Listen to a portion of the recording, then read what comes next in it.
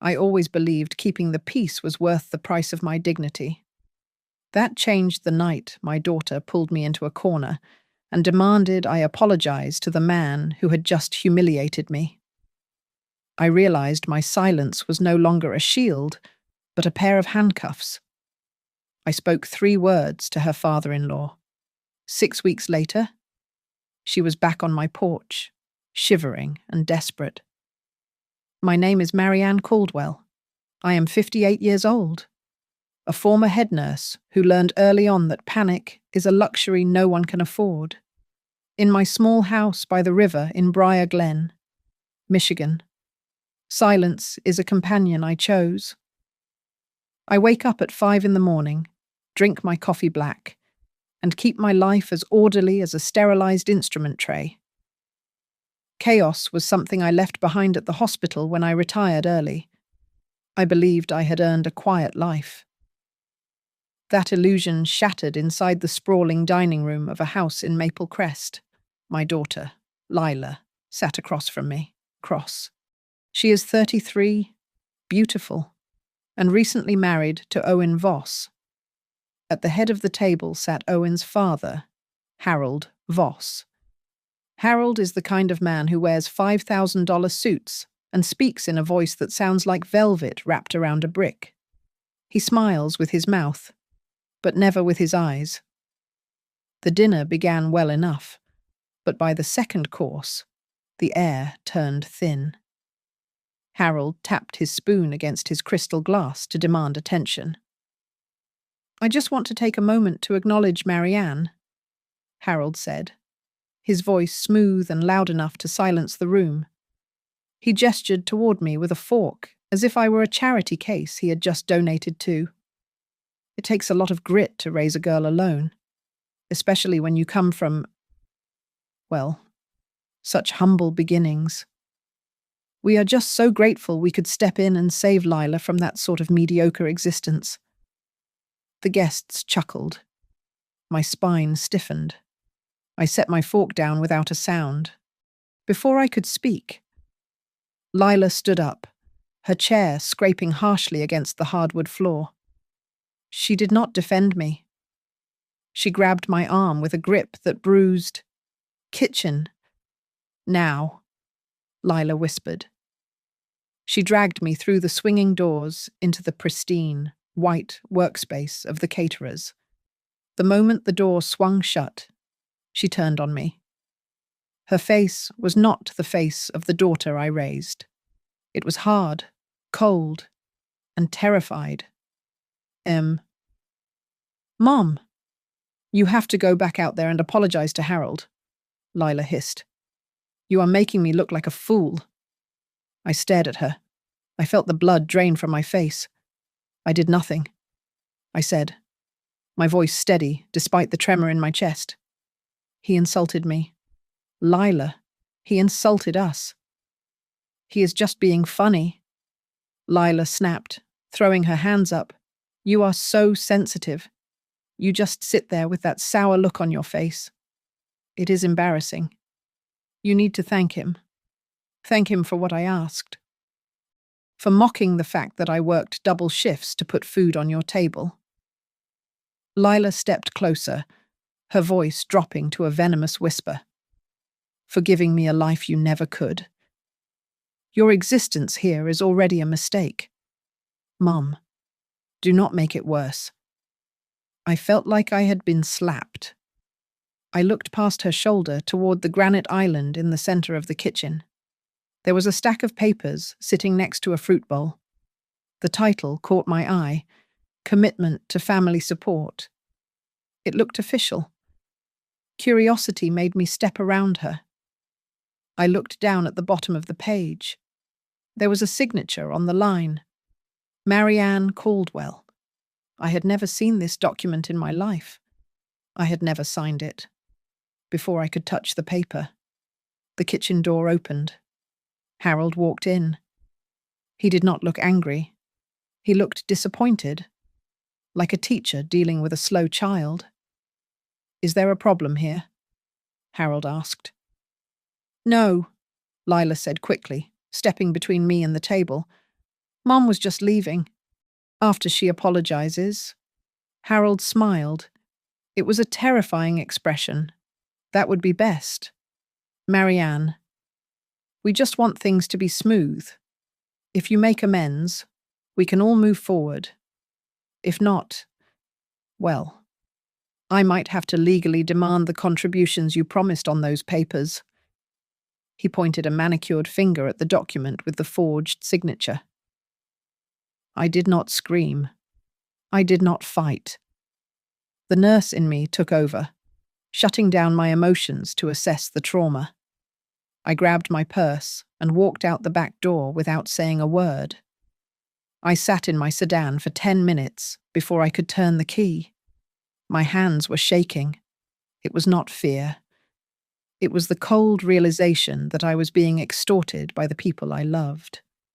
That night, my phone lit up on the nightstand. It was a text from Lila.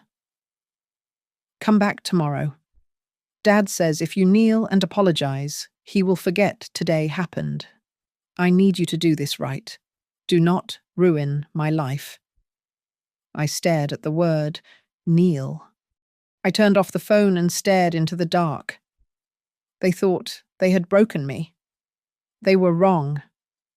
I did not sleep that night. Instead, I sat at my kitchen table with a cold cup of coffee and a stack of old bank statements. The silence of the house usually brought me peace, but tonight it felt heavy, like the air before a storm. I began to tally the cost of my love over the last 5 years. It was a staggering sum. I had paid off $20,000 of Lila's credit card debt when she first graduated. I had emptied my savings to provide $50,000 for the down payment on the townhouse she and Owen lived in. I had even co-signed a business loan so she could open her boutique design studio, a dream she claimed would make her independent. I had done all of this without hesitation because that is what mothers do. We give until we are empty. But as the money flowed out, the affection dried up. The Sunday dinners became monthly, then quarterly. When I did see them, Harold was always there, hovering like a warden. He had a way of making me feel small without raising his voice.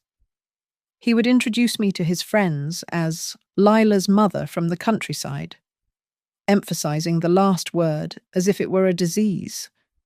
He made it clear I was peripheral, a donor, rather than a parent. I opened my laptop and logged into my retirement account. I had been avoiding this for months, afraid of what I might see. My heart hammered against my ribs as I scrolled through the transaction history. There it was. A recurring monthly deduction of $800 labeled Haven Brook Legacy Fund. I clicked on the details. The funds were being routed to an account I did not recognize. I downloaded the authorization form attached to the setup. My eyes widened. At the bottom of the digital document was my signature. It loops in the M, and the sharp cross of the T were perfect. It was my hand, yet I knew with absolute certainty that I had never seen this document before. It was a digital forgery, a ghost of my consent. I remembered a conversation with Lila 6 months ago. I had asked her about a small, unexplained fee on a shared account we used to have. She had rolled her eyes, her voice dripping with condescension. "Mom, you are being paranoid again," she had said. "It is just a voluntary contribution for our future children. It is for the family legacy. Don't make it ugly. You always make things about money when it should be about trust." I had let it go then, because I did not want to be the difficult mother.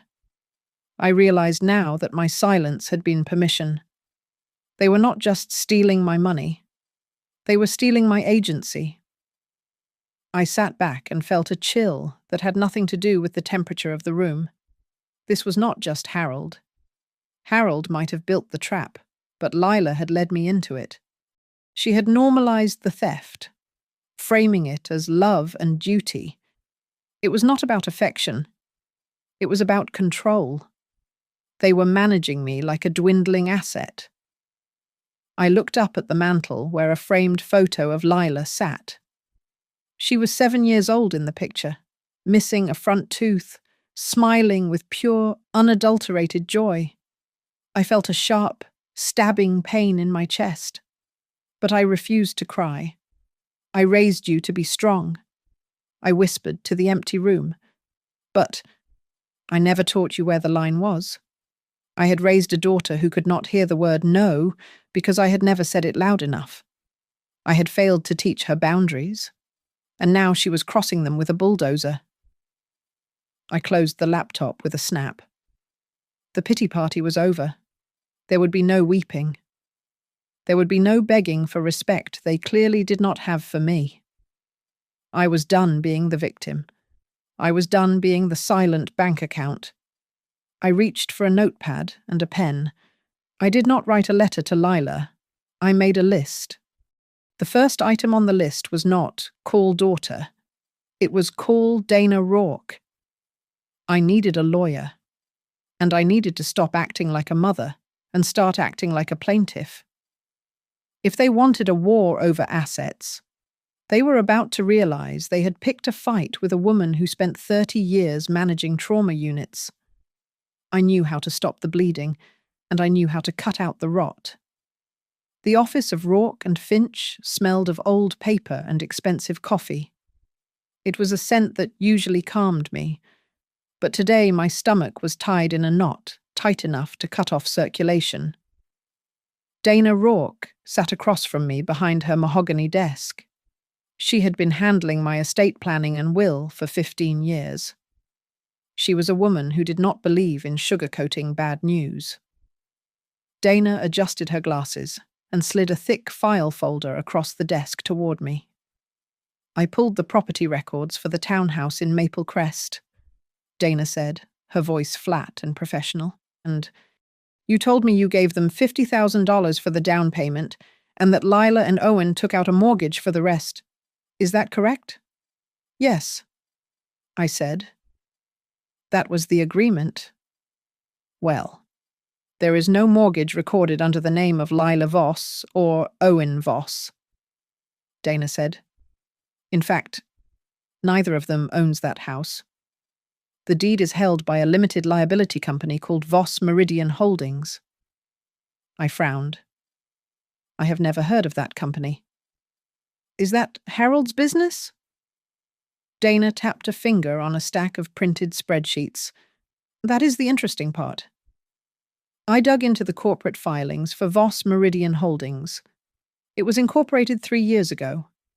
The registered agent is Harold Voss, yes, but the majority shareholder, the person who legally owns 70% of the entity. She looked me dead in the eye. It is you, Marianne. I stared at her, unable to process the words. That is impossible. I never bought shares in a holding company. Do you remember the investment paperwork Harold had you sign when Lila wanted to open her design studio? Dana asked. He told you it was a capital injection to help her get favorable loan terms. You moved $100,000 into what you thought was a secured bond. Yes, I whispered. He said it was safe. He said it was just sitting there as collateral. It was not collateral, Dana said, flipping a page. It was equity. You funded the company. The company bought the house. Harold appointed himself the managing partner with full executive control. You own the house, Marianne, but Harold controls it. And because it is a corporate asset, he has been charging management fees that drain the equity before you ever see a dime. I felt sick. It was brilliant, and it was evil. I was paying for the roof over their heads, but I had no keys to the front door. There is more, Dana said. She turned her monitor so I could see the screen. It showed a log of digital correspondence from my primary bank. You said you stopped receiving paper statements 2 years ago because Lila told you it was better for the environment to go paperless. Look at the contact information for the security alerts. I leaned in. The email address was mine, but the phone number listed for two-factor authentication ended in 8892. That is Owen's number, I said, my voice sounding hollow. Exactly, Dana said. Every time the bank sent a notification about a withdrawal or a change in terms, the text went to Owen. He has been intercepting the warnings. This is what we call soft control. They did not break into your house and steal your jewelry. They just rearranged the paperwork so you would hand them the keys to the vault yourself. I sat back in the leather chair. I thought of Owen, with his shy smiles and polite manners. I had defended him when others said he was too passive. I realized now that his passivity was a mask. He was the gatekeeper. What do we do? I asked. Dana clasped her hands. We go nuclear, but we do it quietly. I want to freeze all automatic transfers immediately. We revoke the authorization for the Havenbrook Legacy Fund. Then, I send a formal legal demand to Voss Meridian Holdings for a full forensic accounting, copies of all operating agreements, and the original wet ink signatures for every document they claim you signed. Do it, I said. I need to be clear about something. Marianne, Dana said, her expression softening just a fraction. If we do this, Harold will not just fight you in court. He will fight you at the dinner table. He will spin this. He will tell everyone in Briar Glen that you are a controlling, toxic mother who is trying to evict her own daughter and ruin her marriage. He will weaponize your family against you. I want this to be clean, I said firmly. I do not want to play his games. I do not want to plant evidence or lie. We use the truth. Only the truth. The truth is going to hurt Lila, Dana warned. She might never forgive you for exposing her husband and her father-in-law. I closed my eyes for a second. I saw Lila's face in the kitchen, demanding I apologize for existing. I realized she was already lost to me. The only way to get her back was to destroy the cage they had built around her, even if she hated me for breaking the lock. I opened my eyes and looked at Dana. See. Just let them perform, I said, my voice steady. I am done buying tickets to the show. My phone buzzed on the coffee table, the screen lighting up with a request for a FaceTime call from Leela. I took a deep breath, adjusted my glasses, and accepted the call. The image that filled my screen was not just my daughter. It was a carefully staged tableau. Harold sat in a high-backed leather armchair in the center of the frame, looking for all the world like a judge presiding over a tribunal. Owen stood to his right, hands clasped behind his back like a bailiff.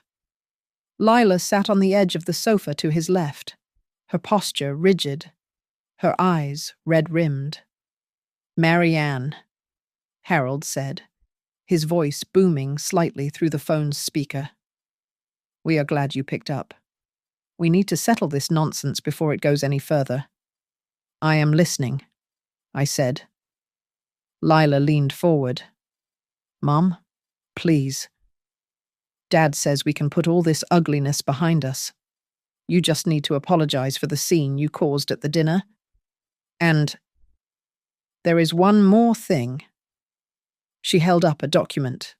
I could see the title in bold black letters, Affidavit of Gift. We need you to sign this, Lila said, her voice trembling slightly. It just confirms that the down payment and the monthly contributions were gifts. It is just a formality to clear up the confusion so the family trust can manage the assets correctly. I stared at the screen. They wanted me to retroactively sign away my rights. They wanted me to legalize the theft. Who forged my signature on the first document? Lila, I asked. My voice was calm, which seemed to unsettle them more than shouting would have. There was a beat of silence. Harold chuckled. a dry, dismissive sound. "Oh, Marianne," he said, shaking his head with mock pity. "You are getting older. It is perfectly normal for memory to slip. You signed those papers years ago. We are just trying to help you organize your records before you get worse." "I am not senile, Harold," I said, "and I did not sign that paper." Lila slammed her hand down on the armrest. "God, Mom, why do you have to be so difficult? You are ruining my future. You are going to destroy everything Owen and I have built because of your ego." Owen stepped forward, his face pale and sweating. "Marianne, please, just say you are sorry. Just sign the paper. If you do, everything goes back to the way it was. We can be a family again." I looked at Owen, then at Lila. I finally understood what the way it was meant. It meant I continued to pay. It meant I continued to be the silent wallet, the convenient scapegoat, the woman who was allowed to sit at the table only as long as she didn't speak. "It will never be the way it was," I said. Harold's smile vanished. He leaned forward, his eyes narrowing into slits. "Listen to me carefully. Marianne," he said, his voice dropping to a low, menacing register. "If you do not cooperate, I will have to protect this family. I have friends on the board of your church. I have friends in the nursing association. If you force my hand, I will release proof that you verbally agreed to all of this. I will make sure everyone in Briarglen knows you are a confused, vindictive woman who is trying to renege on her promises to her own children. You will not have a friend left in this town." I looked at him. I looked at the man who thought he could bully a woman who had held the hands of dying patients while their families fell apart. He thought fear was a currency I still traded in. I leaned closer to the phone. I spoke slowly, ensuring every syllable landed like a gavel. "Take me to court." The effect was instantaneous. Harold's face cracked, his mouth opening slightly as if he had been slapped. Lila froze, her eyes widening in genuine shock. Owen looked down at the floor, his shoulders slumping as if the weight of the room had just increased. I did not wait for a response.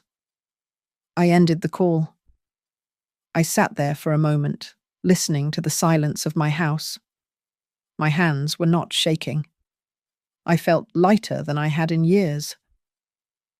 A moment later, my email notification chimed. I expected a threat from Harold or a plea from Lila. Instead, it was a message from an unknown sender. The subject line was blank. I opened it. The body of the email contained only 2 sentences and a hyperlink. "Do not trust Owen. Look closer at the Havenbrook Legacy Fund." I clicked the link. It led to a cached history of transaction logs.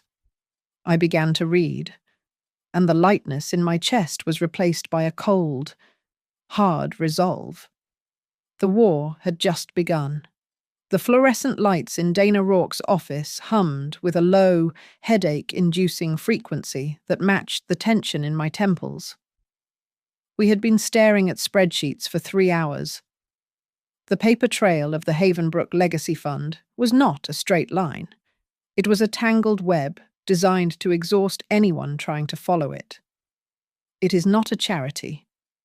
"Marianne," Dana said, tapping her pen against the glass of her monitor. "It is a funnel." She highlighted a series of transactions, my monthly contributions, which Lila had sworn were for her future children, were being routed through 3 different shell accounts before landing in a corporate entity called Vista Ridge Developments. "What is Vista Ridge?" I asked, leaning in. "It is a luxury resort project in Nevada," Dana replied. "And look at the registered agent for the development company. It is a limited liability company based out of the same building where Harold's brother-in-law runs his accounting firm." Harold is using family money to capitalize a high-risk real estate gamble, and he is using your retirement savings to pad the liquidity. I felt a cold wave of nausea. He is gambling with my money. It gets worse, Dana said. She slid a fresh document across the mahogany desk. I ran a credit check on you this morning. Did you authorize a personal loan for $80,000 from the chaotic credit union in the next town over? I stared at the paper. The loan had been opened 2 months ago. The purpose was listed as home improvement. No, I said. My voice barely a whisper. I have not taken out a loan since 1998. Well, someone did, Dana said grimly, and the funds were wired directly to a contractor associated with Vista Ridge. Marianne. This is identity theft, pure and simple. Stop it, I said, gripping the arms of my chair. Stop the bleeding. Now. Dana nodded. I am filing for an emergency injunction to freeze the accounts.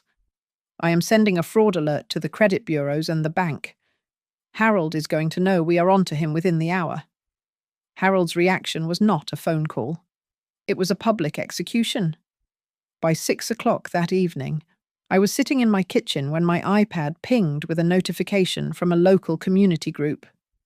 It was a post from a profile named Friends of Briar Glen, a generic account often used for neighborhood watch updates.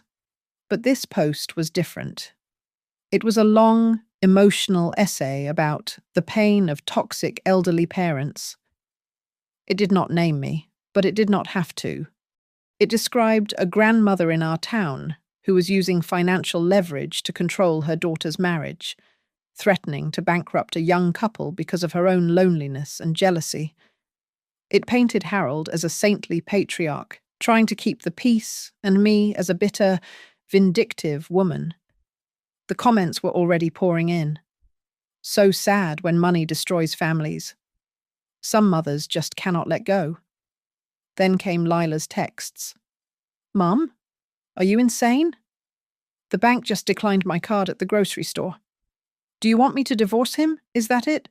Do you want me to lose the house? Fix this. Now. I put the iPad face down on the counter. I did not reply. I took a screenshot of the logs and saved them to the encrypted cloud folder Dana had set up. I would not engage. I would not give them the satisfaction of a fight. The house was dark when the landline rang at 2 a.m. I stared at the dusty unit on the wall. Only telemarketers called that line. I picked it up slowly. Hello, Marianne. The voice was a harsh whisper. It took me a moment to recognize it. It was Owen.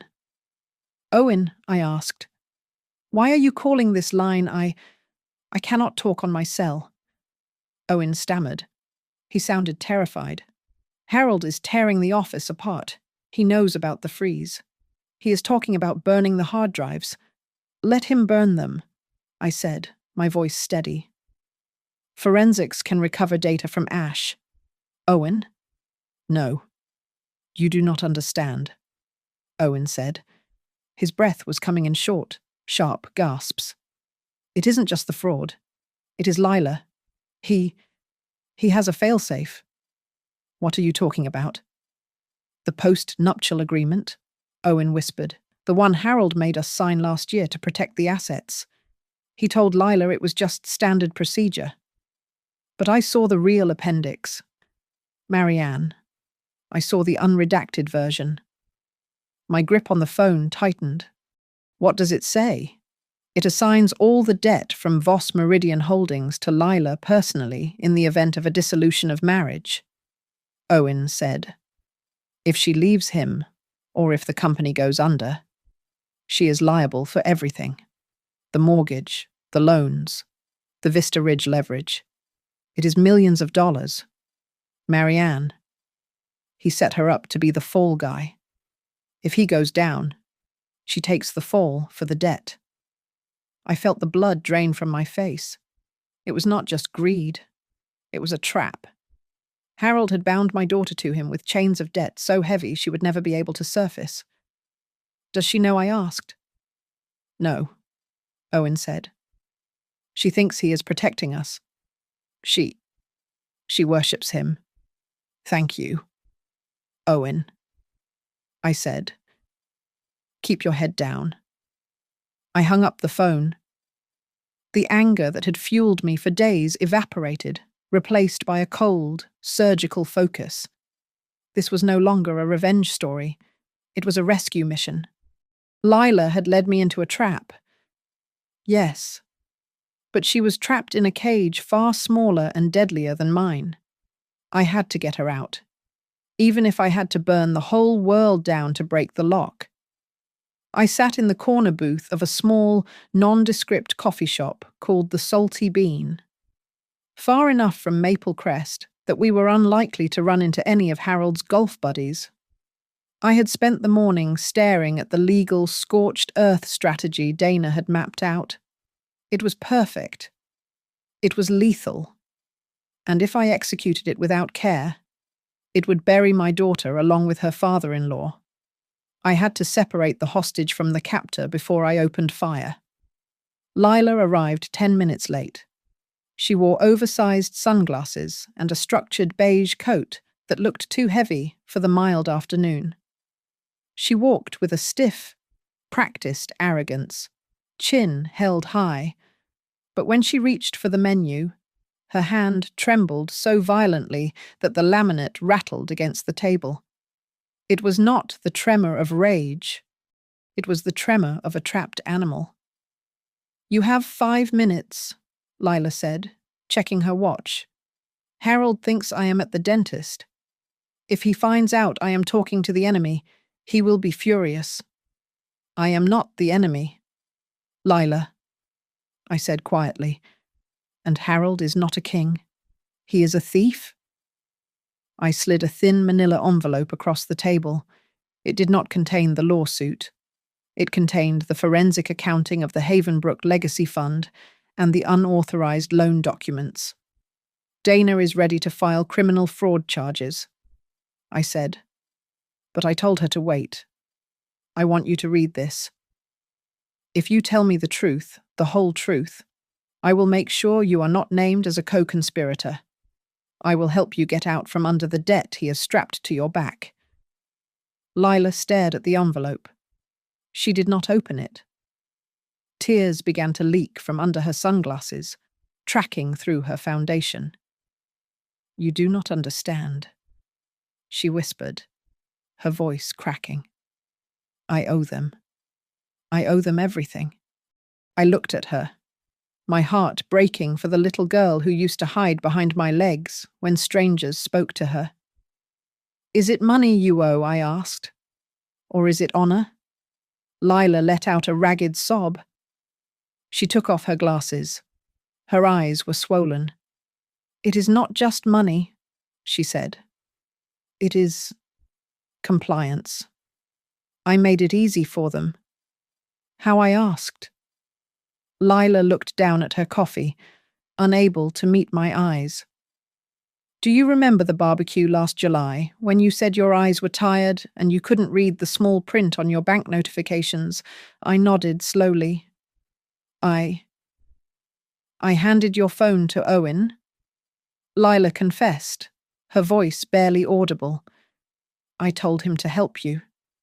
I unlocked it for him. He said he was just going to increase the font size and set up an autopay for the family fund, so you wouldn't have to worry about the math. I stood there and watched him install the mirroring app. Mom, I knew it wasn't just for font sizes. I knew it gave him access. I let it happen because I wanted them to stop saying I came from a difficult background. I wanted to be useful to the family. I sat back, feeling the breath leave my lungs. It was a betrayal, sharp and deep. My own daughter had handed over the keys to my life just to buy a seat at their table. But I did not yell. I did not scold. I saw the terror in her eyes. and I knew that anger would only drive her back to them. Did you choose them because you love Owen? I asked gently. Or did you choose them because you were afraid of being looked down upon? Lila flinched as if I had struck her. She covered her face with her hands. He has a file. Mum. She choked out. What, Harold? She said, looking up. Her face streaked with mascara. He has a dossier on you. He has been collecting things for years. Complaints from your time at the hospital that were dismissed. Old arguments with neighbours. He twisted everything. He has statements from people claiming you were mentally unstable and negligent. He told me if I ever tried to leave, or if you ever tried to fight him, he would release it all. He said he would destroy your name in this town. He said you would die alone and disgraced. I stared at her. Harold was not just greedy. He was a predator who had weaponized my past to keep my daughter in line. He was holding my reputation hostage to ensure her obedience. I reached across the table and placed my hand over hers. Her skin was ice cold. Let him release it, I said firmly. Lila's eyes widened. But Mom, the church, your friends, I do not care about the church gossip circle. I said, I care about you. He is using fear to control us both, but fear only works if you have something to hide. I have nothing to hide. I stood up. I left the envelope on the table. Read the papers? Lila? I said. Then decide if you want to protect the man who is blackmailing your mother, or if you want to be free. I walked out of the coffee shop into the bright sunlight. I felt a cold, hard resolve settle in my gut. I was done playing defense. I was not just going to sue Harold Voss. I was going to peel back his facade layer by layer until there was nothing left for him to hide behind. He wanted to talk about reputation. Fine. We would see whose reputation could survive the truth. Dana Rourke called me into her office early on a Tuesday morning with a look on her face that sat somewhere between excitement and disgust. She turned her monitor toward me so I could see the web of corporate entities she had been mapping for the last 48 hours. We found a bleed, Dana said. Voss Meridian Holdings has a vendor contract with a company called Northgate Clinical Supply. I froze. I know them. Northgate supplied the ventilators for my unit for 15 years. I was the one who negotiated their renewal contracts before I retired. Exactly, Dana said, tapping the screen.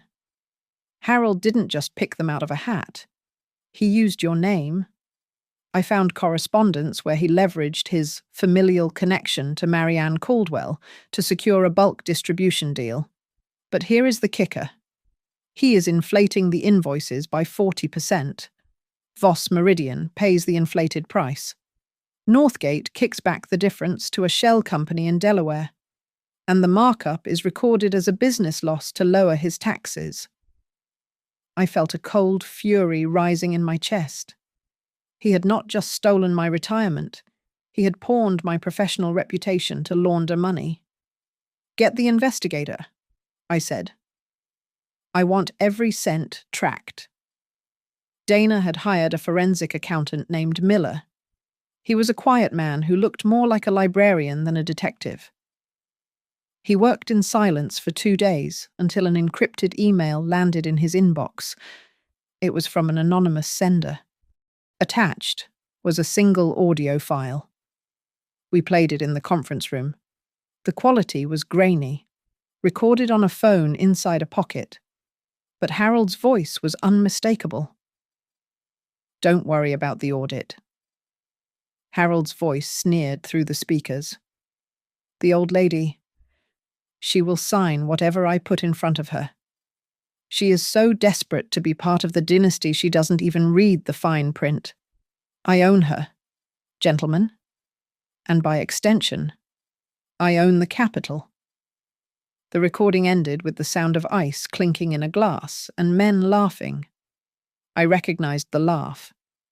It was the accountant Harold had fired 3 months ago. The rats were beginning to jump from the sinking ship. "We have him," Miller said softly. An hour later, my phone buzzed. It was a text from Harold. "Meet me at the Cypress Creek Golf Club. 1 hour. Just us. We can settle this like adults before you embarrass yourself further." I looked at the message. A week ago, I might have gone, hoping for a truce. Now, I saw it for what it was, a trap to get me to say something he could record, or a desperate attempt to bully me back into submission. I typed a reply. "All communication goes through Rourke and Finch. Do not contact me again." Harold did not reply. Instead, he pivoted. Dana's phone rang 10 minutes later. It was her contact at the notary office in town. She listened, her face going pale, then hung up and looked at me. "He is with Lila," Dana said. "He is at her house right now with a mobile notary. He is trying to get her to sign a liability transfer agreement.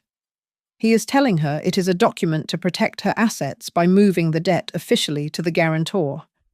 That is you. Stop him," I said, standing up. Dana was already dialing Lila. It took 3 tries before my daughter picked up. "Do not sign it," Dana shouted into the speakerphone. "Lila, put the pen down. If you sign that, you are accepting full responsibility for the fraud." There was a long silence on the other end. Then I heard Lila's voice, trembling and small. But Dad said it was a safety exit. He said it was to protect the townhouse. "He is lying to you," I yelled, unable to keep quiet. "He's trying to dump the sinking ship on us. Lila, look at him. Look at his hands. Is he sweating?" I heard a muffled sound, like a hand over the receiver. And then Lila came back on. He just left," she whispered. "He grabbed the papers and ran out when he heard your voice." "Mom, why would he do that to me? Because to him, you are not family," I said, my heart aching for her. "You are collateral. I thought we had won the round." I went home that evening, feeling a grim sense of satisfaction. I poured a glass of water and stood by the window, watching the rain start to fall over Briar Glen. Then the doorbell rang. I frowned. It was 8 o'clock at night. I walked to the door and opened it. And a stranger stood there, a young man in a raincoat holding a thick envelope. "Marianne Caldwell?" he asked. "Yes." "You have been served." He shoved the wet envelope into my hand and walked away. I tore it open under the porch light. It was a court summons. Harold Voss versus Marianne Caldwell. I scanned the document, my breath catching in my throat. Harold was not waiting for me to expose him. He had sued me first. The complaint accused me of conspiracy to commit financial fraud, defamation of character, and tortious interference with business operations. He claimed that I had manipulated the accounts to frame him and destroy his company because I was jealous of his relationship with my daughter. I lowered the paper. He was controlling the narrative. He was betting that a jury would believe a wealthy businessman over a retired nurse. "You want a war?" "Harold," I whispered into the dark, wet night, "you just started one you cannot win." The courtroom smelled of floor wax and stale anxiety. I walked into the preliminary hearing, feeling like an intruder in my own life. The gallery was not empty. Harold had ensured that. He sat at the plaintiff's table, wearing a suit that likely cost more than my car, surrounded by a team of lawyers who looked like they were carved out of granite. He projected the image of the benevolent, weary businessman forced to discipline an unruly relative. I sat next to Dana, feeling the eyes of the town burning into the back of my neck. To them, I was the villain. I was the greedy old woman trying to renege on a gift because I was lonely and bitter. Harold's lawyer opened with a parade of character witnesses. They were people I recognized from the society page's members of the golf club, the mayor's wife, a local developer. They took the stand one by one, swearing under oath that they had heard me boast about buying the townhouse. Marianne was always so proud. One woman said, adjusting her pearls. She told us explicitly at the summer gala that the house was a gift to ensure the Voss legacy. It is tragic to see her twist the truth now. It was a lie. But it was a polished one. Dana did not flinch. When it was her turn, she did not rely on charm. She projected a slide onto the screen showing the metadata of the electronic signatures. "Your Honor," Dana said, her voice cutting through the murmurs. "The plaintiff claims my client signed these documents on August 15th. However, the IP address used to access the portal tracks directly to a server located inside the Voss Meridian offices. At that exact time, credit card receipts show Marianne Caldwell was buying groceries 3 towns over." She pulled up the banking logs. Furthermore, the notification address was changed to a phone number registered to Owen Voss. My client was not just generous, she was blindfolded. The judge, a stern woman with reading glasses perched on her nose, frowned. She looked at Harold. "Mr. Voss, I am ordering a full discovery of all devices and server logs associated with these transactions." I looked at Harold, expecting to see panic. Instead, he looked bored. He adjusted his cufflinks and stared straight ahead, a faint, confident smile playing on his lips. My stomach turned. He was too calm. He was holding a card we could not see. Then they called Lila. My daughter walked to the stand, looking like a ghost. She avoided my eyes.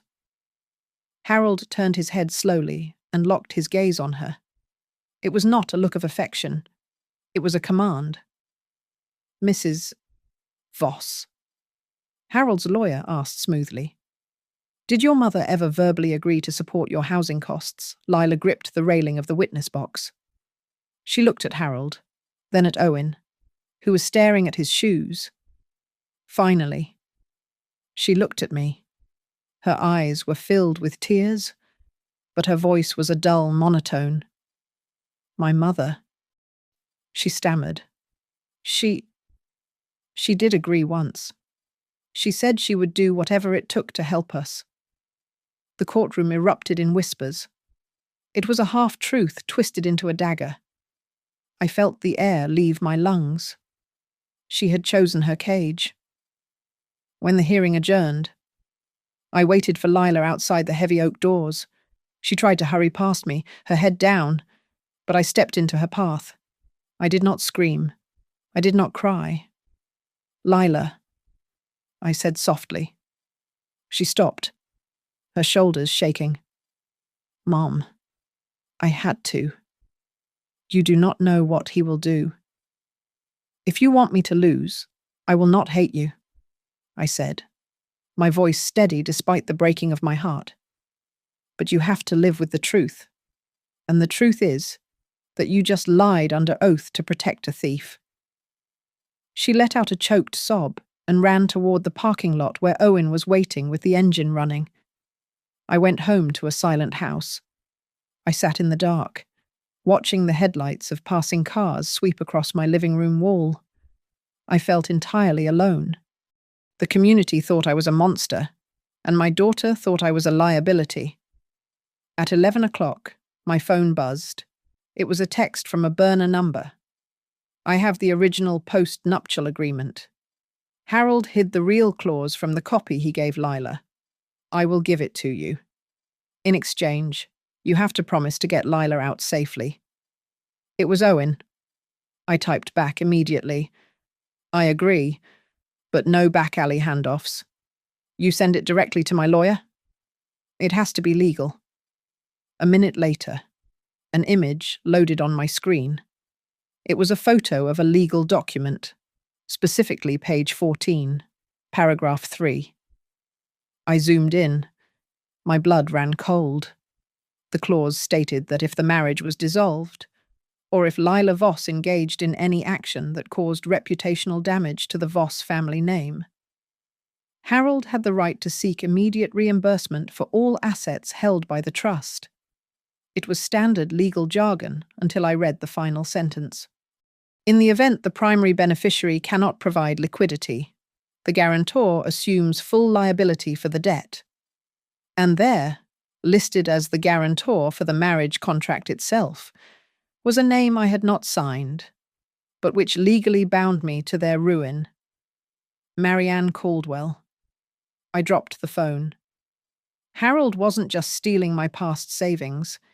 He had engineered a future where, if Lila ever tried to escape him, I would be the one to pay the ransom.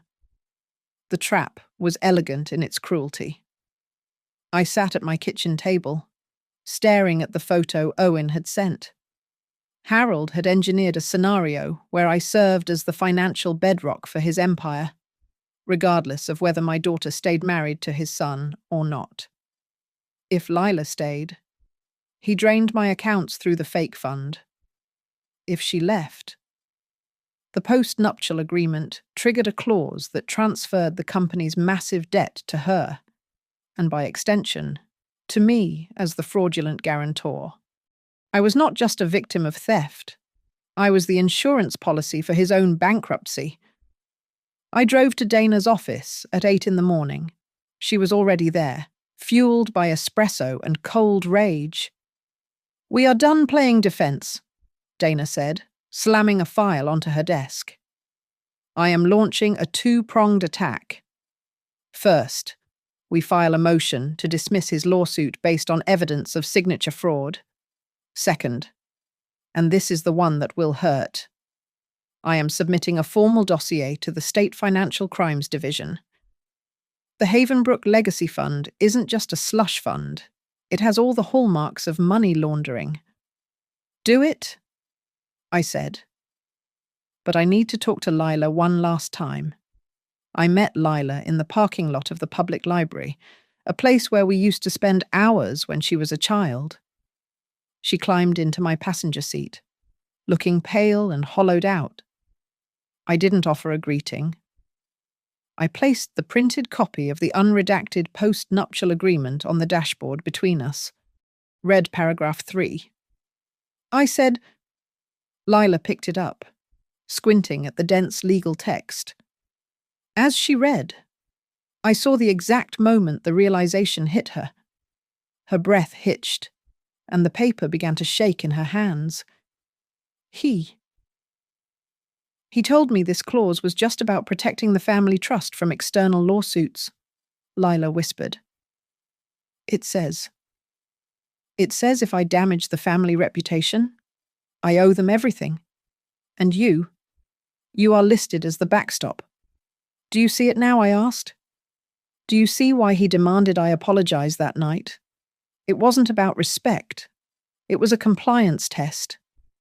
He needed to break me down, to put me in a submissive position so that when he forged my name on this, I would be too beaten down to fight back. Lila crumbled. She dropped the paper and curled into herself, sobbing. I just wanted to be a good wife. I thought if I made you apologize, the tension would stop. I didn't know he was building a cage. I fought the urge to pull her into a hug. She needed clarity, not comfort. Tears will not fix this. Lila, I said, my voice hard, but not cruel. You have a choice.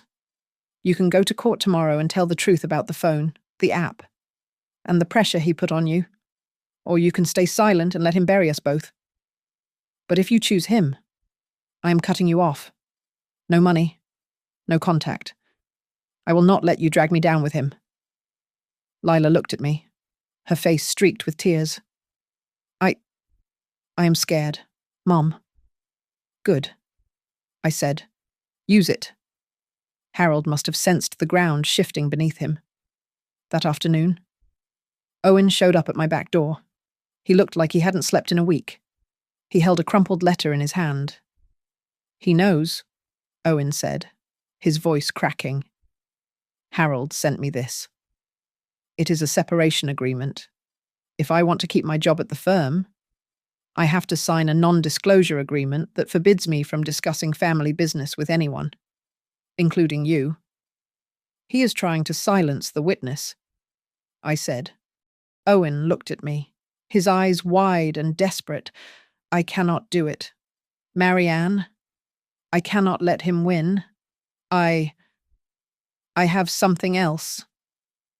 He pulled a USB drive from his pocket. When he made me forge your info for the loan application, he stood over my shoulder and dictated the numbers. But I kept the original metadata. I recorded the screen. I have a folder of every email he sent me with instructions on how to bypass your bank's security. I kept it as insurance. I knew one day he would turn on me. I took the drive. It felt heavy in my hand. It was the nail in the coffin. Give this to Dana, I said. We do this by the book. No more secrets. By evening. Dana had filed for an emergency restraining order and an immediate freeze on all assets held by Voss Meridian Holdings, citing the new evidence from Owen. The court date was set for the following morning. I stood in front of the mirror in my hallway, looking at the woman reflected there. I looked older than I had a month ago, but my eyes were clear. For weeks. I had told myself I was doing this to teach them a lesson, or to get my money back. I realized now that was wrong. I am not doing this to hurt them. I whispered to the empty house. I am doing this so they lose the power to ever hurt anyone else again. The countdown was over. Tomorrow, the explosion would happen, and I would be the one lighting the fuse. The heavy oak doors of the courtroom swung open, and Harold Voss walked in like he was attending a board meeting he had already won. He straightened his silk tie, shot a pitying glance at the gallery, and sat down. He was banking on two things that Owen was too terrified to speak, and that Lila was too brainwashed to break. He looked at me across the aisle, his eyes empty and confident. He thought he was looking at a victim. He did not realize he was looking at the executioner. Dana Rourke wasted no time on theatrics. She plugged her laptop into the court's display system and pulled up a timeline that looked like a jagged scar across the screen. Your Honor, Dana said, her voice cutting through the stale air. The plaintiff claims Mrs. Caldwell authorized these transfers digitally. However, I am presenting server logs from the bank's security division. Every single authorization code was sent to a mobile number ending in 8892. That number belongs to Owen Voss, the plaintiff's son. And the device was pinging from inside Harold Voss's private office. The judge, a stern woman who had clearly seen enough liars for one lifetime, peered over her glasses. Mr. Voss, care to explain why your mother-in-law's security codes were being routed to your son's phone? Harold opened his mouth to spin a lie, but the doors opened again. Owen walked in. He looked like a man walking to the gallows, pale and sweating. But he was moving. He walked straight to the clerk and handed over a flash drive. Dana nodded to the clerk. We would like to submit Exhibit C, an audio recording provided by Owen Voss. The room went silent. Then, Harold's voice filled the air, tinny but unmistakable. Just tell the old woman it is a tax update. She will sign anything to feel useful. We need that liquidity for Vista Ridge before the loan comes due. Do whatever you have to do. Owen, make her sign. Harold stood up, his face turning a violent shade of red. This is inadmissible. My son is mentally unwell. He is vindictive. Sit down, Mr. Voss, the judge barked. Then came the sound that broke the dam. Lila stood up. She was trembling so hard, the bench in front of her rattled. Your Honor. Lila's voice was small, like a child's. I need to retract my statement. Harold whipped around. Lila, sit down. Do not say a word. I lied, Lila said, tears streaming down her face, ignoring him. My mother never agreed to give us the house. I gave Owen her phone. I let them install the app because Harold told me if I didn't help secure the funding, the family would lose everything. I was scared. I am so sorry.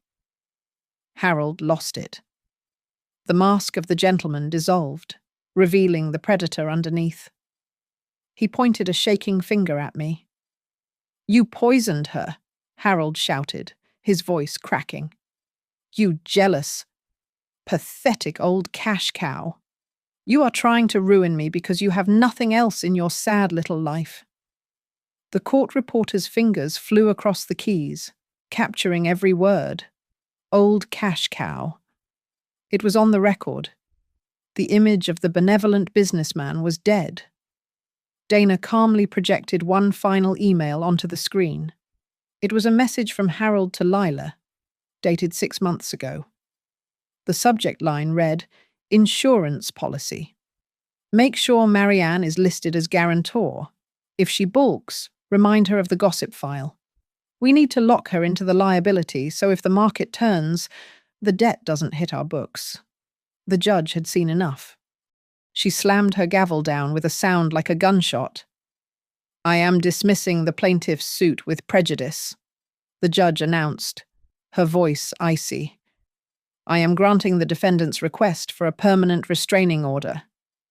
Furthermore, based on the evidence of fraud, identity theft, and extortion presented today, I am freezing all assets of Voss Meridian Holdings and referring this matter to the District Attorney's Office for immediate criminal investigation. Harold slumped into his chair. He looked small. He looked finished. I did not smile. I did not cheer.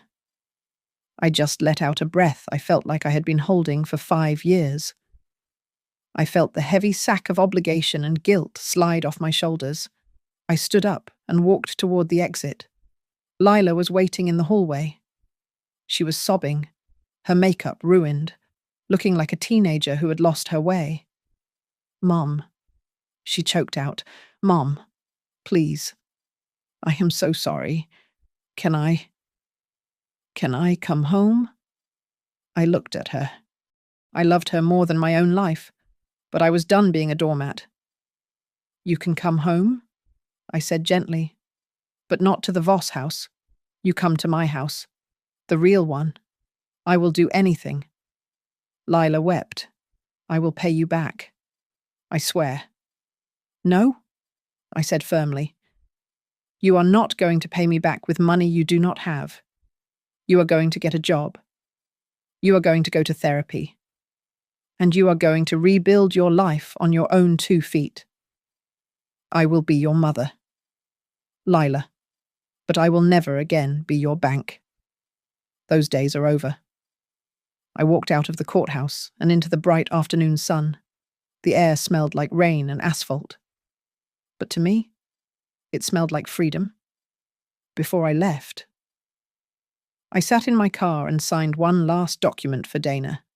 It was the paperwork to establish a small legal aid fund. I named it the Caldwell Second Breath Fund, dedicated to helping seniors fight financial abuse. I was not a victim anymore. I was a survivor. And as I turned the key in the ignition, I knew that for the first time in a long time, the road ahead belonged only to me. Thank you so much for tuning in to this story. It's wild how family can sometimes be the ones who hurt us the most. isn't it? I'd love to know where you guys are listening from. Are you tuning in from your car, your kitchen, or maybe sneaking a listen at work? Drop a comment below and let me know your thoughts on Marianne's decision. If you enjoyed this ride, please smash that subscribe button for Nora Revenge Stories. Hit the like and press the hype button to help get this story out to more people. Stay safe out there and don't let anyone take your power.